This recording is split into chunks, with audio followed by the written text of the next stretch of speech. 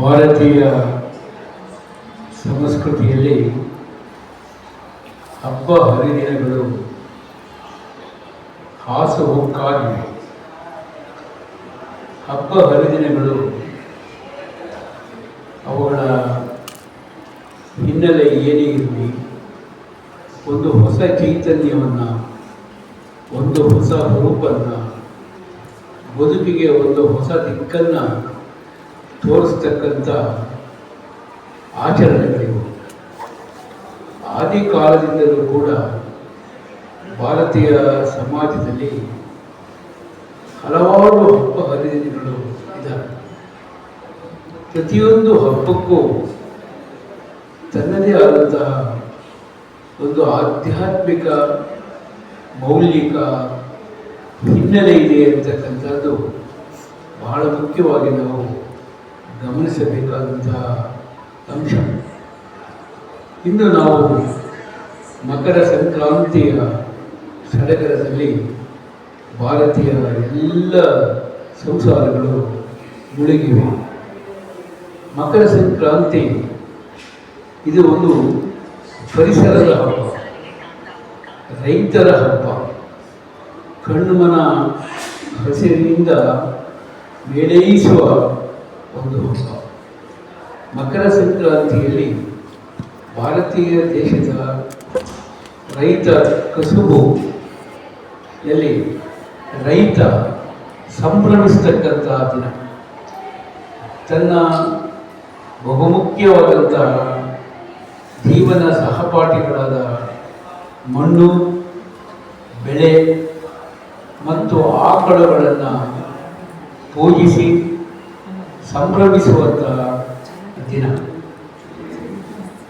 ಇದಲ್ಲದೆ ಸೂರ್ಯ ತನ್ನ ದಿಕ್ಕನ್ನು ಚಲಿಸುವ ದಿಕ್ಕನ್ನು ಬದಲಿಸುವ ದಿನವೂ ಇವೆಲ್ಲವುಗಳ ಹಿನ್ನೆಲೆಯಲ್ಲಿ ಇವತ್ತು ರೈತ ಪ್ರಧಾನವಾದಂತಹ ಭಾರತ ದೇಶದಲ್ಲಿ ಪ್ರತಿಯೊಬ್ಬರ ಮನೆಯಲ್ಲೂ ಕೂಡ ಮಕರ ಸಂಕ್ರಾಂತಿಯನ್ನು ಬಹಳ ವಿಜೃಂಭಣೆಯಿಂದ ಆಕಳುಗಳನ್ನು ಪೂಜೆ ಮಾಡುವುದರಿಂದ ಮತ್ತು ಬೆಳೆಗಳನ್ನು ಕೊಯ್ದು ಮನೆಗೆ ತಂದು ಸಂಭ್ರಮಿಸುವ ದಿನ. ಬೇಸಿಗೆ ಪ್ರಾರಂಭವಾಗತಕ್ಕಂಥ ಒಂದು ದಿನ. ಈ ಒಂದು ಸಂದರ್ಭದಲ್ಲಿ ಪರಿಸರದಲ್ಲಿ ಹಲವಾರು ಬದಲಾವಣೆಗಳನ್ನು ನಾವು ಕಾಣ್ತೇವೆ. ಉಷ್ಣತೆ ಏರಿರುವ ಜೊತೆಗೆ ಗಿಡಮರಗಳು ಚಿಗುರಿ ಹಸಿರು ತುಂಬಿಕೊಳ್ಳತಕ್ಕಂತಹ ಒಂದು ದಿನ. ಹೀಗಾಗಿ ರೈತರು ತಮ್ಮ ಫಲವನ್ನು ತೆಗೆದುಕೊಂಡು ಬಂದು ರಾಶಿ ರಾಶಿ ಹಾಕಿ ಪೂಜಿಸುವಂತಹ ಕೂಡ ಈ ದಿನ.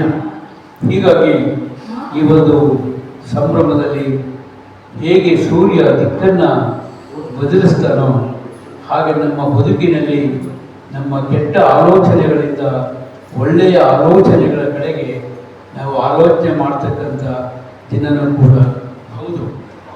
ನಾವು ಈ ಒಂದು ಸಂಭ್ರಮದಲ್ಲಿ ನಾವು ಹಸಿ ಚಿಗುರು ಏನು ನಾವು ಪರಿಸರದಲ್ಲಿ ಉದ್ಭವ ಆಗ್ತಕ್ಕಂಥ ಈ ಒಂದು ಮಕರ ಸಂಕ್ರಾಂತಿಯಲ್ಲಿ ಆ ಹಸಿರನ್ನು ನೋಡಿ ನಮ್ಮ ಬದುಕನ್ನು ಕೂಡ ಹಸಿರಾಗಿಸಿಕೊಳ್ಳುವಂತಹ ಒಂದು ದಿನ.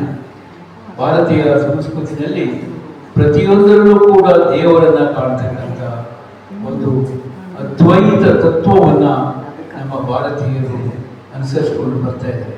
ಅಂದರೆ ಪ್ರತಿಯೊಂದರಲ್ಲೂ ಕೂಡ ದೇವರಿದ್ದಾನೆ, ದೈವತ್ವದ ಕಣ ಪ್ರತಿಯೊಂದರಲ್ಲೂ ಇದ್ದಾರೆ. ಕಲ್ಲಿನಲ್ಲೂ ದೇವರಿದ್ದಾನೆ, ಸಸ್ಯದಲ್ಲೂ ದೇವರಿದ್ದಾನೆ. ಹಾಗಾಗಿ ಇವತ್ತು ಮಕರ ಸಂಕ್ರಾಂತಿಯನ್ನು ಸಂಭ್ರಮಿಸಿ ಸಸ್ಯ ಸಂಪತ್ತನ್ನು ಪೂಜಿಸ್ತಕ್ಕಂಥ, ಅಲ್ಲೂ ಕೂಡ ದೇವರನ್ನು ಕಾಣ್ತಕ್ಕಂಥ ಒಂದು ಆಲೋಚನೆಯ ಮಾಡ್ತಕ್ಕಂಥ ದಿನ. ಹೀಗೆ ನಾವು ಹಲವಾರು ಹಬ್ಬಗಳಲ್ಲಿ ನಾವು ದೈವತ್ವವನ್ನು ಅವುಗಳ ಮುಖಾಂತರ ಆರಾಧಿಸ್ತಕ್ಕಂಥ, ಬದುಕಿನ ಮೌಲ್ಯಗಳನ್ನು ಕಟ್ಟಿಕೊಡ್ತಕ್ಕಂಥ ಈ ಒಂದು ಭಾರತೀಯ ಸಂಸ್ಕೃತಿಯ ಒಂದು ಬೃಹತ್ತ ಚಿಂತನೆಗಳಲ್ಲಿ ಹಬ್ಬಗಳಿದ್ದಾವೆ. ಆದರೆ ಈ ಹೊತ್ತಿನಲ್ಲಿ ಆಧುನಿಕ ಮಾನವ ಇವೆಲ್ಲವನ್ನು ಕಳೆದುಕೊಳ್ತಾ ಇದ್ದಾನೆ ಎಂದು ಅಂತಕ್ಕಂಥ ಒಂದು ಆತಂಕ ನಮ್ಮಲ್ಲಿ ಮೂಡ್ತಾ ಇದೆ. ಹಾಗಾಗಿ ನಾವು ನಮ್ಮತನವನ್ನು, ನಮ್ಮ ಸಂಸ್ಕೃತಿಯನ್ನು, ನಮ್ಮ ಆಚರಣೆ ವಿಚಾರಣೆಗಳನ್ನು, ವೈಜ್ಞಾನಿಕವಾದಂತಹ ಆಚರಣೆ ವಿಚಾರಣೆಗಳನ್ನು ಎಂದೂ ಕೂಡ ಬಿಟ್ಕೊಡಬಾರ್ದು. ನಮ್ಮ ಮಕ್ಕಳಿಗೆ ನಮ್ಮ ಸಂಸ್ಕೃತಿಯನ್ನು ನಾವು ಕಲಿಸಬೇಕು. ಹಬ್ಬ ಹರಿದಿನಗಳ ಒಂದು ವೈಜ್ಞಾನಿಕ ಹಿನ್ನೆಲೆಯನ್ನು ಅವರಿಗೆ ಮನನ ಮಾಡಿಕೊಡಬೇಕು. ಆ ಒಂದು ದಿಕ್ಕಿನಲ್ಲಿ ನಮ್ಮ ಮೈಸೂರಿನ ಸಿಯೋ ಕಾಲೇಜ್ ಆಫ್ ನರ್ಸಿಂಗ್ ಮತ್ತು ಅಲೈಡ್ ಸೈನ್ಸಲ್ಲಿ ನಾವು ಇವತ್ತು ಬಹಳ ಸಂಭ್ರಮದಿಂದ ಸಂಕ್ರಾಂತಿಯನ್ನು ಆಚರಣೆ ಮಾಡ್ತಾ ಇದ್ದೇವೆ. ಮತ್ತು ನಮ್ಮೆಲ್ಲ ವಿದ್ಯಾರ್ಥಿಗಳಿಗೆ ಈ ಹಬ್ಬದ ಹಿನ್ನೆಲೆಯನ್ನು ಕೂಡ ನಾವು ಅರ್ಥ ಮಾಡಿಸ್ತಾ ಇದ್ದೇವೆ. ನಿಮ್ಮೆಲ್ಲರಿಗೂ ಕೂಡ ಮಕರ ಸಂಕ್ರಾಂತಿಯ ಶುಭಾಶಯಗಳು. ನಿಮ್ಮೆಲ್ಲರ ಬದುಕಿನಲ್ಲಿ ಹಸಿರು ಮೈ ತೆಳೆಯುವ ಹಾಗೆ ನಿಮ್ಮೆಲ್ಲ ಬದುಕಲ್ಲೂ ಕೂಡ ಹಸಿರಾಗಲಿ. ಒಳ್ಳೆಯ ಚಿಂತನೆಗಳು ಸೂರ್ಯ ದಿಕ್ಕನ್ನು ಬದಲಿಸಿದ ಸಂದರ್ಭದಲ್ಲಿ ನಿಮ್ಮ ಮನಸ್ಸು ಒಳ್ಳೆಯ ದಿಕ್ಕಿನ ಕಡೆಗೆ ಹರಿಯಲಿ ಅಂತ ನಾನು ಹಾರೈಸ್ತೇನೆ. ನಮಸ್ಕಾರ. ಪಯಣ ಆರಂಭಿಸಿದರು ಸೂರ್ಯ ಮಕರಕ್ಕೆ, ಬೆಳಕಿನ ಹಬ್ಬವೊಂದು ಬಾಗಿಲು ತಟ್ಟಿತು. ಹೊಸ ನಿರೀಕ್ಷೆಯ ಕಿರಣಗಳು ಮನದೊಳಗೆ, ಹಳೆಯ ದುಃಖಗಳಿಗೆ ಬಿಡುವು ಕೊಟ್ಟಿತು. ಎಳ್ಳು ಬೆಲ್ಲದ ಸಿಹಿಯಲ್ಲಿ ಬೆರೆತು ಸ್ನೇಹ ಸೌಹಾರ್ದದ ಸಂದೇಶ ಹರಡಿತು. ರಂಗೋಲಿ ಬಣ್ಣಗಳು ಅಂಗಳ ತುಂಬಿ ಆನಂದದ ಚಿತ್ರವೊಂದು ಮೂಡಿತು.